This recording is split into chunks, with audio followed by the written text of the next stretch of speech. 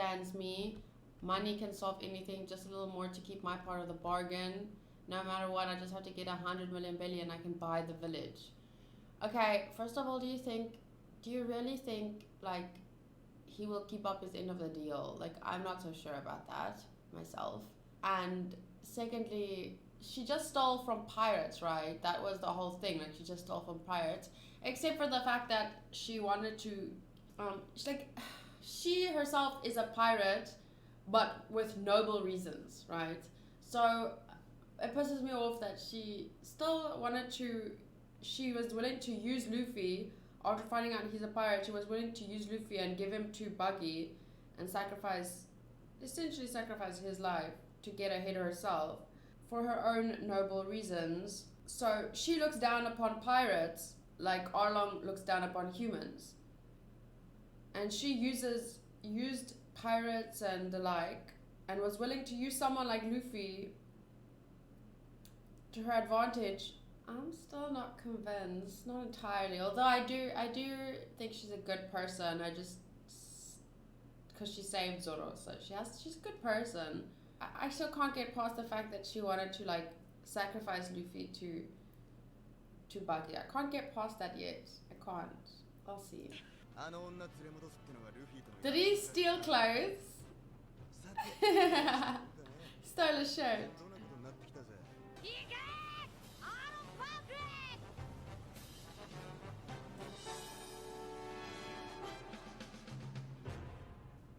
Let's get started with my thoughts on these two episodes because, can you believe it, there are a lot of thoughts. 2 episodes of a new arc and I already have a shit ton of stuff to say, but that's One Piece for you. It gives you a lot to think about, and I just felt a bug, but it's actually just a grass on my leg that was scary. Okay, episode 31, The Most Wicked Man of East Blue, Fishman Pirate Arlong. Short summary. The crew chases after Nami, who stole the Going Merry, and Yosaku takes time during the trip to explain about Arlong and the fishmen to Luffy and Sanji. Meanwhile, Usopp, Johnny, and Zoro arrive at the island Nami docked at. So that is how the episode is set up for us. And my notes start with, note, patrons have told me that merman or merman is not an accurate translation and it should rather be fishman, like the episode's title, Fishman Pirate Arlong. I didn't read the title of the episode, so I don't know if that was translated to fishman, merman, what man, whatever. It didn't bother me because I know there are many interpretations among literature of what mer people look like anyway, and I like how Sanji had the same idea that I had, whereas Luffy's interpretation was a much more accurate, although they kind of looked like the fish people from SpongeBob. I feel like this will be really important for future episodes or storylines. The next quote. The reason why the Grand Line is called the Pirate's Grave is because there are 3 superpowers that exist there. Yosaku mentions this and talks about the first superpower, the Shichibukai. I wonder if by 3 superpowers he just means 3 main powers, like 3 types of powerful things or groups that make surviving the Grand Line very difficult. 3 superpowers sounds like something different when you compare it to the first superpower, which is the Shichibukai. Like, superpower is one word, so it feels like Shichibukai is a superpower, like stretching, like that's a superpower. So to me it shouldn't be one word, it should be 2 words. 3 superpowers, super powerful groups, super powerful beings, super powerful things. I don't know. Grammar is important. It's like, I don't know if you guys have heard that joke. It's a joke like a comic book, and it's a little boy that is shouting, "Let's eat grandpa!" And because there's no comma, it sounds like he's saying, "Let's eat grandpa," like let's eat our grandfather. Cannibalism, totally scary. But if you just put a comma, "Let's eat grandpa," is like the kid is calling let's go eat, like he's telling his grandfather, "Let's go eat lunch," So grammar and small things can make a huge difference, especially to a non-English speaker, not a non-English speaker, but a second language English speaker. So for grammar and stuff, like, it needs to be like, yeah. Okay, totally diverging from the point here. I just think that superpower would be a better translated if it was super power. 3 superpowers, 3 big powers in the Grand Line that makes it difficult to survive there. The first of which is Shichibukai. Sorry for that rant. Shichibukai. They are 7 pirates who are acknowledged by the government. The Shichibukai would give a fixed percentage of the treasure they get to the government. It's interesting that he says that to the other pirates, the Shichibukai are just like government dogs, considering that one of those dogs is Mihawk himself. It's just funny to me because Mihawk is not the kind of person I would dare to describe as a government dog. Like, you know what I'm trying to say? Okay, so Jinbei is also referred to as a Shichibukai. The reason I'm saying Jinbei is because I don't know how to spell or say that properly. Someone that Arlong worked alongside. So we know 2 out of the 7 Shichibukai's names at this point, Jinbei and Mihawk. Arlong just worked under or alongside Jinbei. So Arlong himself was not one of the Shichibukai. So to me that's saying he's not as strong as the Shichibukai. I'm not sure yet. Arlong is seen handing a lot of money to a marine officer that looks like a mouse. What kind of deal do they have going? Is he bribing them so that they don't come after him? It looks like that to me, since Arlong calls him perceptive for being his comrade. The mouse marine looks scared of Arlong though. Definitely doesn't look like he's the one in charge, so to speak. So it looks like he's working with Arlong and they have some kind of deal, but Arlong is the one with the upper hand here, it looks like to me. Arlong says, you can only live a good life if you've got the dough, the money, you know? This seems to be something that Arlong believes in strongly. Interesting, because Nami is so obsessed with money, and it seems to be because that's the only way you can work with Arlong. If he believes money makes the world go round, how else would you get something from him or work with him if money is not somehow involved? Money is the best. Nothing is more dependable than money. So he says, I'm not going to lie, of course I think money is awesome. Of course I think having money helps a lot in life. When you have money, you feel independent and most importantly, you feel safe. You know you can pay for a place to stay. You don't have to, rely on others to take care of you. You don't have to worry about going to bed hungry. You can treat your friends, you can treat yourself, you can take a day off work without stressing out about not being able to afford medicine when you need it. Thinking money is important is not bad in and of itself. It's a system that we put in place. We humans put that system in place in the world because we can all benefit from having that system. Not that everyone does, but it's supposed to help the world move forward.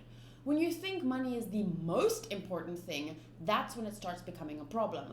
This is another topic I could literally write a book about, but for now I want to see where the story goes with it. I don't want to start talking about things that end up being totally irrelevant to One Piece because, well, I do that enough already. Arlong also talks about hating humans, although it's obvious he will make 1 or 2 exceptions when it benefits him. It's ironic how the octopus guy laughs at the marine for resembling a mouse, but just a moment ago I was laughing at Arlong's nose. And he, Arlong's underling, the octopus guy, literally looks like an octopus. The marine also talks about how disgusting they look to him, but it doesn't matter because they have the greens, the money. So as long as these 2 groups of people are benefiting off each other, they don't really care that they're, disgusted or finding it funny how the other side looks because, hey, it's beneficial to have this mutual agreement / relationship with that group, Personally, I feel like it's normal to be intrigued when someone looks different to what you're used to. I know of a person who traveled to somewhere in Asia and got stopped on the street to be taken pictures with, often because they had blonde hair, which was unusual. Well, she didn't just have blonde hair, she also is a lady that, she's really beautiful, she has long blonde hair, she's got really big breasts, and she's just very beautiful physically. And it wasn't that the people there weren't beautiful physically, it's just that it was a more, I think, not a big city place, and people there had all dark brown hair. They were more, natural with their makeup, that kind of stuff. It was a different culture. So they all stopped her and asked to take pictures with her and this kind of stuff. She's not even a model or anything, but it was, for them, it was like, whoa, who is this creature?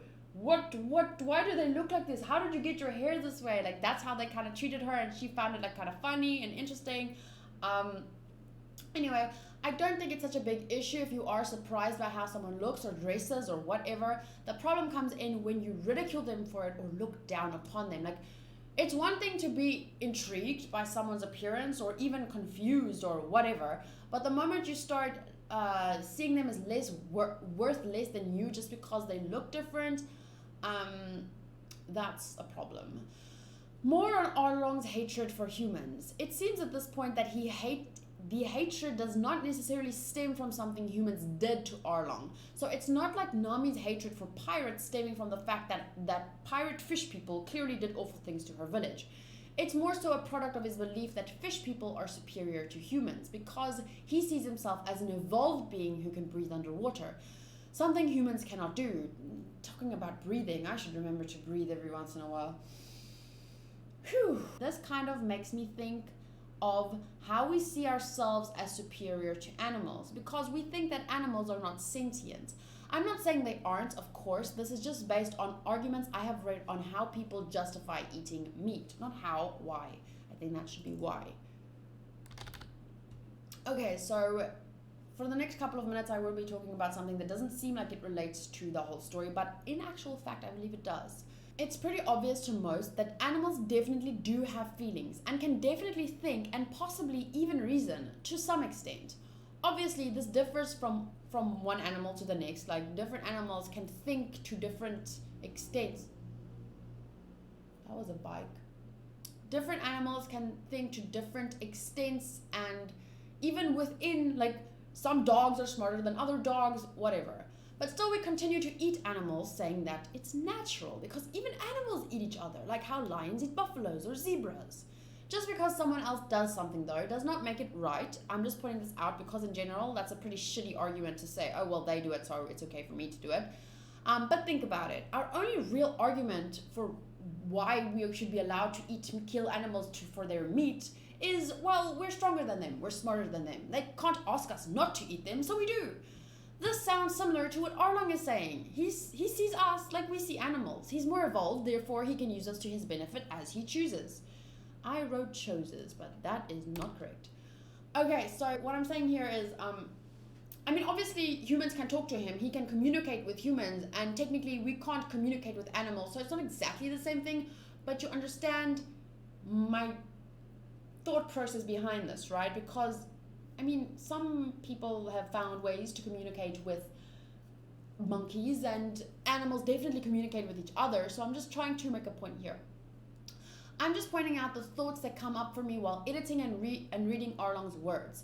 I'm not saying us eating meat is anything like what Arlong is doing, and I'm not saying it's nothing like what Arlong is doing. I'm just mentioning whatever comes to mind as I watch. I'll talk about it more as the anime delves deeper into Arlong's ideas and motivations.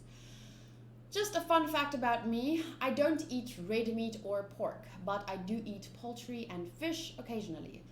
The reason for this is because when I was about 19 or 20, I started eating according to what's good for my blood type. My blood type is A.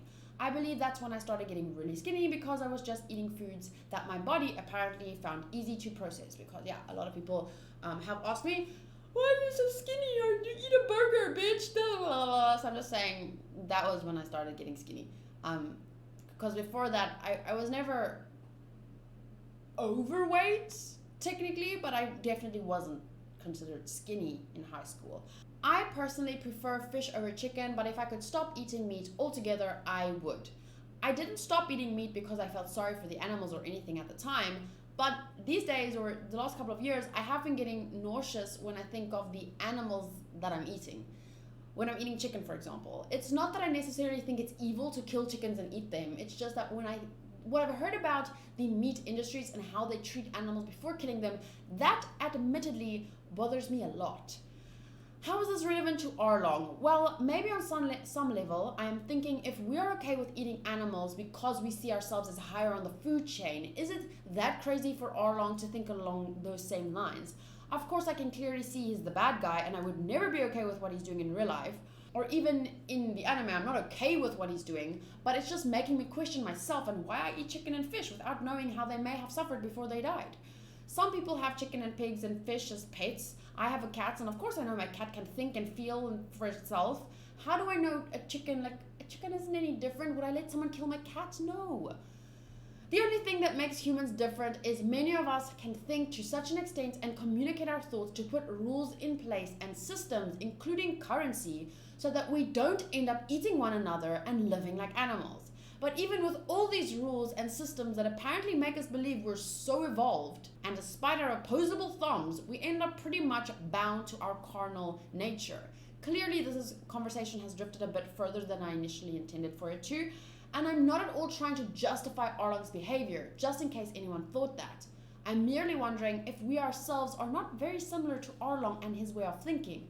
He does mention the laws of nature and such, which sounds similar to he said, if humans try and rebel against him or try and, I don't know what he said exactly, that it would be like going against the laws of nature, because he believes mer people are, higher on the food chain compared to humans.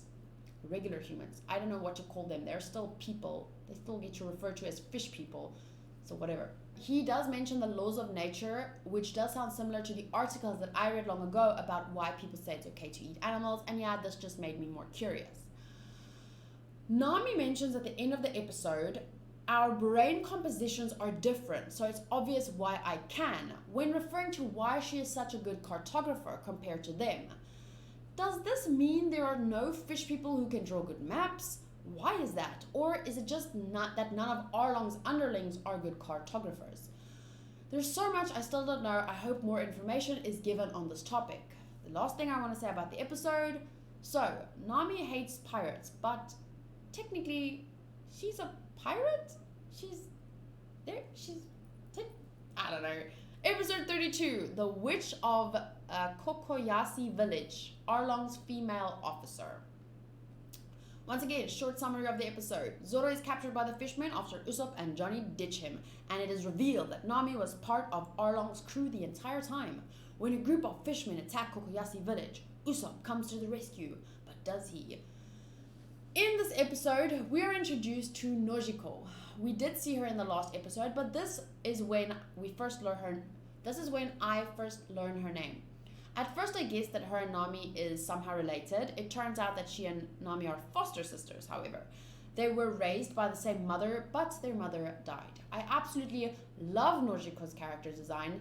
I love her tattoos, her hair color, and her voice actress is really nice to listen to. Although I might be comparing her voice actress to Nami's voice actress, whose voice for Nami's character at least is a little grating in my opinion. I'm not a big fan of Nami's voice.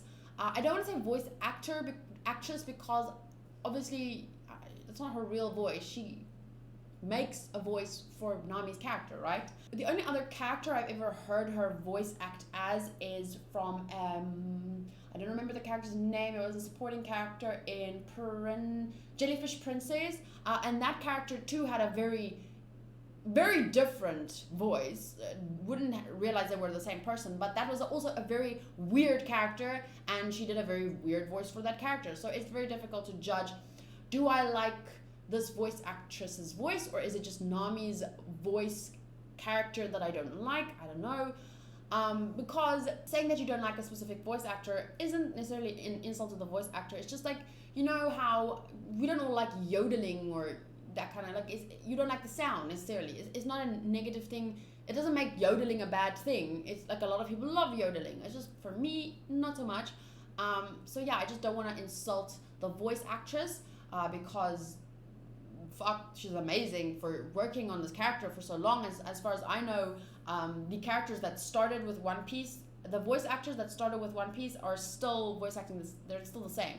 So I just want to make sure that you guys know I'm not insulting the voice actress. I'm just saying, personally, I like Nojiko's voice actress a lot, whereas with Nami's it's like, but I don't really want to be comparing the characters, but I kind of am, but I don't really want to, but I still do. But I did get the impression, at least when dealing with that kid, that she's a little mean or harsh. Not Nami, I'm talking about Nojiko. I can understand why Nami assaulted the kid to get him to leave for his own good. I mean, she couldn't really be seen being nice to him, otherwise she would blow her own cover. But I don't understand why she would give him money then, because that kind of defeats the purpose of assaulting him in the first place. Like, why would you need to attack him to get him to go, and no one can see you being mean to, like, no one can see you being nice to him, but then you throw him a stack of money anyway? Like, how would you explain that? So what is the point? I'm kind of confused about that whole situation. But anyway, like I said, I understand her chasing him away for his own good if she didn't want him to get near Arlong, because that would get him killed. But I don't really think it's necessary to tell a kid he might as well die because he doesn't have the resolve to live in these hard times, which is what Nojiko did. I get that she's not sugarcoating it, and that's fine. We need people like that in the world too. I'm just saying that I thought she was unnecessarily harsh with a kid, especially considering, well, I'll talk about it in a second. As a viewer, I just watched Zoro challenge Mihawk a couple of episodes ago. Zoro didn't want to back down, even though he knew he could get killed. But he's not willing to back down because he wants to achieve his goal to become the world's greatest swordsman. That dream and Zoro's determination is fueled by Queena's death. This kid was essentially also willing to put his life on the line to avenge his father who was murdered. I just find it would be hypocritical for me as a viewer to respect Zoro's resolve to put his life on the line for his dream and not also respect this kid for doing something similar. That's why I feel I kind of have to stand up for the kid against what Nojiko said to him. There's really no point to this other than, well, I feel she was unnecessarily mean. She could have found a way to say what she meant without telling the kid, drop dead. So, as you guys know, I type while I edit. So I edit, I find something I want to say, and then I type my notes, and then I keep editing. And the next part of my notes, the reason why I told you that is because the next part of my notes says, I thought that would be the last I said about that, but now I keep editing, and she says, then drop dead, but keep this in mind. Thanks to that witch at Arlong Park, your life has been spared twice. As if the kid is supposed to know what Nami is doing and appreciating it. All he knows at this point is that she's working with Arlong and Arlong killed his dad. I kind of resent Nojiko's attitude for getting mad at him for calling her a witch and telling him to drop dead. This is a fucking kid. How is he supposed to know better if you don't teach him better? No matter how I look at it, she is taking her anger out on the poor kid. She knows something he doesn't, and yet she's expecting him to feel the way she does or have respect for the witch that hit him in the face. Like, how do you expect him to? She says she hates people like that kid who simply want to go off and die because she knows someone who's choosing to live a difficult life. But seriously, how can you hate a kid for being hurt and confused about his father being killed? How is he supposed to know better? I'm sorry, this is rambly and repetitive, but I just don't like her attitude at this point. At least when he asks, then what should I do? She kindly tells him to go back to his mother. But honestly, that doesn't make it okay to literally just have told him he should go die because she hates kids like him who can't read people's minds and see that Nami was obviously just hitting him in the face for his own good and just working with Arlong, the fishman who killed his father, because she eventually wants to buy back her village. I mean, how dare he not know that? How dare he? It's just, I guess why I'm taking this so seriously or being so offended by it on the surface. I'm not really offended by it, I'm just explaining my thoughts.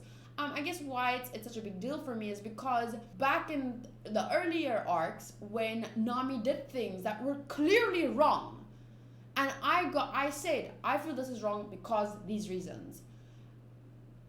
A lot of viewers also kind of not got angry necessarily, but they kind of, said these cryptic things about, I don't understand her backstory and I'll understand when we get there and like I really dislike, I don't know that yet, so don't talk to me like I'm supposed to know it. And essentially I got spoiled on this whole arc because of that.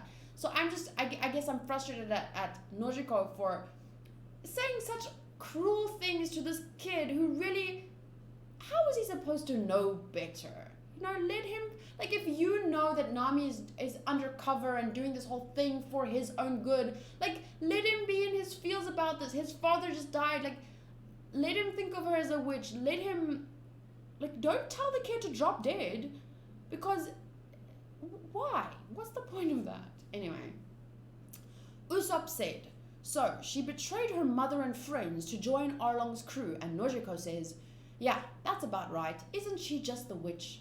Clearly though, Nojiko knows the truth, and she's just playing along with Nami's charade to not blow her cover. At least that's what I think.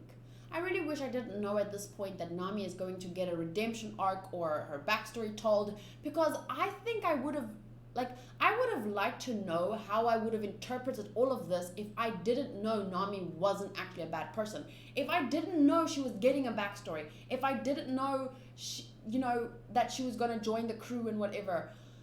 How would I have been fooled by all of this? What kind of interpretations or deductions would I have made at this point? Would I have been fooled by her whole act? How would I have reacted to... I just feel like I would have reacted to things a lot differently, and I kind of am sad that I'm missing out on that experience, but it's water under the bridge, Now, about the part where Arlong says that Nami would even forget about her mother's death for the... Oh, let me just say one more thing. As much as I'm saying, like, oh, I wish I wasn't hinted at so much, I also am aware of the fact that I am 20 years behind on an anime, and I am choosing to catch up at a slower pace because that's how I enjoy it. So I'm totally aware of the fact that I will be spoiled every now and then, and when I look at the bigger picture, I don't really care, because it's not about what happens, it's about how it happens and enjoying that journey. But if I do get spoiled, please allow me to vent every now and then. Anyway, now, about the part where Arlong says that Nami would even forget about her mother's death for the sake of money. I love how quickly Zoro picks up on her facial expression and decides to risk his life to prove that she isn't who she says she is. She's actually a good person. I said that if she does save him, then I will love her, because if that proves to Zoro that she's a good person, that's good enough for me. She didn't hesitate very long about whether to save him or not, so I guess from here on out, I will choose to love Nami because she saved Zoro even at the risk of her own plan. I still haven't forgotten about a lot of what she has done, especially during the Orange Town arc, but despite what she did there, I will trust she's a good person at heart who has just done wrong things out of desperation. Arlong said he has 20 towns under his control. I don't know if this is important, but generally I like to remember numbers and time periods that are mentioned. As you could all see, I was quite shocked about the anime using the word racist, as I have never seen an anime deal with the concept of racism so openly. Assimilator, one of my patrons, did point out the following alternative translation. They're species obsessed and don't give a damn about killing people. And essentially, being species obsessed or elitist the way they are is the same thing as saying, they're racist. But I was pretty shocked at the word racist being used, just because I've never ever seen an anime saying it like that, Anyway, we find out that Arlong wants to build an Arlong empire, and is kind of like, is that what Hitler wanted to do? And essentially dominate the whole of East Blue as a Fishman empire. Yeah, that's kind of what Hitler wanted to do, right? I just laughed out loud at this part with Zoro sitting in his cell. Oh, these two paragraphs are totally unrelated, because suddenly I just was like, I just laughed out loud after just talking about Hitler. I'm sorry. But anyway, these two scenes, I laughed because while editing, I saw this scene of Zoro sitting with the ropes in his hands, looking at them, and my mind jumped to the end of the episode when he was chilling chilling with his clothes after defeating all the mermen. And I don't know why, but thinking of these two scenes side by side, it made me laugh, and I don't understand why. Okay. The man called Gen later says to the people standing up for him of that town, if we were to resist them with our fists, we would have done so 80 years ago. But we swore to each other, let's fight with patience for our survival. From this I can conclude that Nami has been a pirate thief for probably a little less than 80 years. From this I can conclude that Nami has been a pirate or working with Arlong for probably a little less than 8 years. And also that these people had some kind of plan to save themselves that didn't include fighting with their fists. I wonder if they knew what Nami was doing or not. Are they working together with her? If not, what was their plan? What was their plan then, and do they believe Nami really betrayed them and is one of Arlong's crew? So just take note that these are rhetorical questions. I don't expect anyone to answer them. I still have a whole arc to watch, so I'll find out eventually, I'm sure. When Nami arrives in town, people call out to her, Nami, Nachan, but then they turn around and slowly just walk into their homes. Is this also because they don't want to blow her cover? But Nojiko said she had a bad reputation. Do they not know about her plan? I can't know for sure until I watch more. Then I edited some more and I realized when Nojiko said her reputation is bad, does she mean because of that kid and Usopp? Like because, they were speaking poorly about her. Then Nojiko said your reputation is bad as always because she's doing bad things for a good reason. But if you do bad things, you will, like Nami said, she said herself, I am a pirate after all. Maybe just a few townspeople know about her plan, but not all of them. Or maybe just her town knows and the kid is from one of the different towns. I'm still not sure. Note, Nami needs 7 million belly before... 7 billion... Nami needs 7 million belly more before she can buy the village which Arlong wanted 100 million belly for. One of my patrons, after watching these 2 episodes with me, commented the following. And I don't want that patron to feel like I'm putting them on blast or anything. That's why I didn't include their name. But this is the kind of comments I often got during the Orange Town arc, and they kind of bug me. The person says, Nami was trying to find the map to the Grand Line from Buggy. She was on an island and randomly met a pirate with a straw hat. She sacrificed this random self-proclaimed pirate in order to get closer to Buggy and the map. It's not like she bonded with Luffy like Zoro or Kobe at that point. She had literally just met the man and she obviously had her biases against pirates from the start. To her, it was a win-win situation. She takes the heat off the pirates that were questioning her and she makes a pirate suffer for her gain. Anyway, they probably said this in response to me saying I still haven't forgotten everything that Nami did and it's kind of hard to look past it. Especially during the Orange Town arc, as previously mentioned, despite having found out a little about her reasons for doing everything she does. To me, if a kid gets bullied at home by their older sibling and they come to school and take their pain out on another kid and bully someone that's weaker than them, that doesn't make it right. I'm not going to excuse their actions just because I can understand them. It's not okay to treat someone poorly just because you've been treated poorly. Nami is technically a pirate, right? She even said so herself. She said, I am a pirate after all. So just because Luffy said he was a pirate, she decided it's okay for her to sacrifice him to get what she wanted from Buggy. She decided since he's a pirate, she can treat him poorly, but she herself was a pirate for her own good reasons. So she was blinded by her hate for Arlong, and although I can understand that, it doesn't excuse the actions. It doesn't make them right. It's still bad. Like it's still, even if you can understand a kid getting bullied, them bullying someone else then, we're not going to be like, oh, it's fine that they're bullying them because they get bullied at home. I've already said though, I've pretty much put all of this behind me now since Zoro tested her and I can admit she's a good person at heart who did bad things out of desperation. It just irritates me that people can't be okay with me saying, she did bad things and I wasn't okay with that. Like, why are people trying to get me to see it differently? Like, I get that I agree, she's a good person at heart, but she still did bad things. And good people who do bad things, it doesn't make it okay because she's a good person and that did bad things. That doesn't make the bad things, like a plus and a minus. If you look at math, plus and a minus makes a minus. Minus and a minus for some reason makes a plus, but that's not the important part. That's not what I'm trying to get at. This isn't math. I'm just saying a good person doing bad things doesn't excuse the bad things just because they're good. So it's better if you see a child stealing another child's sandwich because they need food. You can understand their need to steal because they need food. Like, you can understand that. But that doesn't mean you should look the other way and be okay with them stealing, because stealing is not something that, it's not a good action. So my point is just like, you need to then address that child and tell them it's not okay to steal, maybe they should be punished in some way, like at least, you know, say sorry to that kid, or for the next 5 lunch periods you need to work in the school soup kitchen and make sandwiches, but you can also have a sandwich every day from now on. You understand what I'm trying to say? Like, you can understand bad behavior without condoning it. That's all I'm trying to do when I say I can understand why it would have been easy for her to sacrifice Luffy to get closer to Buggy and the map. I can understand why she would want to do that, but that doesn't mean I have to be okay with her doing that, you know? Anyway,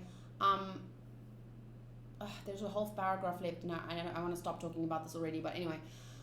I can disagree with the character's actions even while being open to understanding their reasons, but you have to be open to the possibility that even if someone's reasons can be understood, that doesn't necessarily make their actions good. I feel like I'm eventually going to have to stop reading the comments because I don't want it to be another Attack on Titan case where people argue with my opinion and then end up spoiling the future events for me. Because I have the opinion and then people are arguing with me. It's already happened. I said my opinion on Nami and her actions, and people already told me I can't say that about her because I haven't seen her backstory yet, and I'll understand when I see it. So that has already spoiled this whole arc for me, since I know how it will end. I know that we'll learn her backstory and she'll join Luffy and them. It's already spoiled. But once again, I know the few people who actually end up listening or reading my reviews until the very end, you guys listening to me right now, it's not you who argue with my opinion anyway, because you guys actually listen to me talk afterwards. Most people just see my reaction and then argue with me and say, oh, but you don't understand Nami. So I know it's not you guys. And I don't want to keep talking about this. I want this to be the last time I even feel the need to defend my opinion. The majority of opinions on the videos are positive and informative. So honestly, I don't want to stop reading comments. But yeah, it is definitely hard to hear people telling me how I should be reacting to a character and their actions when I'm here to give my honest thoughts and feelings. Like, it is frustrating to get 20 of, like, I know there's 300 comments on a video, and 25 of them or 20 of them are people like this arguing with me about my opinion and telling me you shouldn't react this way because you don't understand Nami, blah, blah, blah, blah. Like, I know it's 20 out of 200. It's 10%. 90% is positive. But it isn't easy to hear people say, your reaction isn't right. Your opinion isn't right. Like, share your opinion, like, on the episode and the character. But the problem is, if you can't do that without taking into consideration things that happen in the future episodes, that's dangerous territory, because then you're spoiling my experience, you know? But like I said, I don't want to stop reading the comments because I appreciate the good ones, the informative ones. So, I don't know. At least it's not Attack on Titan level where people call me... Yeah. I don't even want to talk about Attack on Titan commenters right now. That's it for my thoughts. Thank you guys so much for listening to me. I had a great time watching these 2 episodes. I'm really excited about this arc. I'm really excited about the themes that have been brought up. There were scenes kind of that made me thought about gun control and those kinds of laws and stuff that's happening in America right now, and even to some extent in South Africa. Racism, which is a big thing in South Africa. Not a big thing. It's something that South Africa is known for. Let's put it that way. And I feel like people overseas have always gotten one side, and there's never just one side. There's always 100 sides to every story. And I feel like people do have specific ideas about South Africa, and I just don't want to talk about it now. Like, people often ask me about it when they hear I'm from South Africa. The first thing they say is they have these questions, and it's hard to answer it in a paragraph or 2 when a commenter asks it. You know, there's so much more to talk about, so much more to take into consideration. The history and stuff that is not known from, you know, general history books, and I do want to talk about it maybe one day. And if the anime does and says and things come up that make it relevant to talk about, I will talk about it. But at this point, I'm not gonna, it's still the first 2 episodes of the arc, so there's still a lot to learn and see. So I'm gonna see where it goes, and then if I feel the need to talk about it more, I will. Okay, so I appreciate you guys for hearing me out. I love and appreciate you guys for watching anime with me. I can't think of anything that makes me happier than sharing my reactions with you guys and sharing my thoughts with you guys and hearing your thoughts. Like, nothing makes me happier, and I love that I get to do this. And a big reason why I get to do that is definitely because of my patrons. So once again, thank you, Layla, who is level 4 patron, for supporting my work. Okay, so don't forget to like the video, and I'll see you guys in the next one. Bye.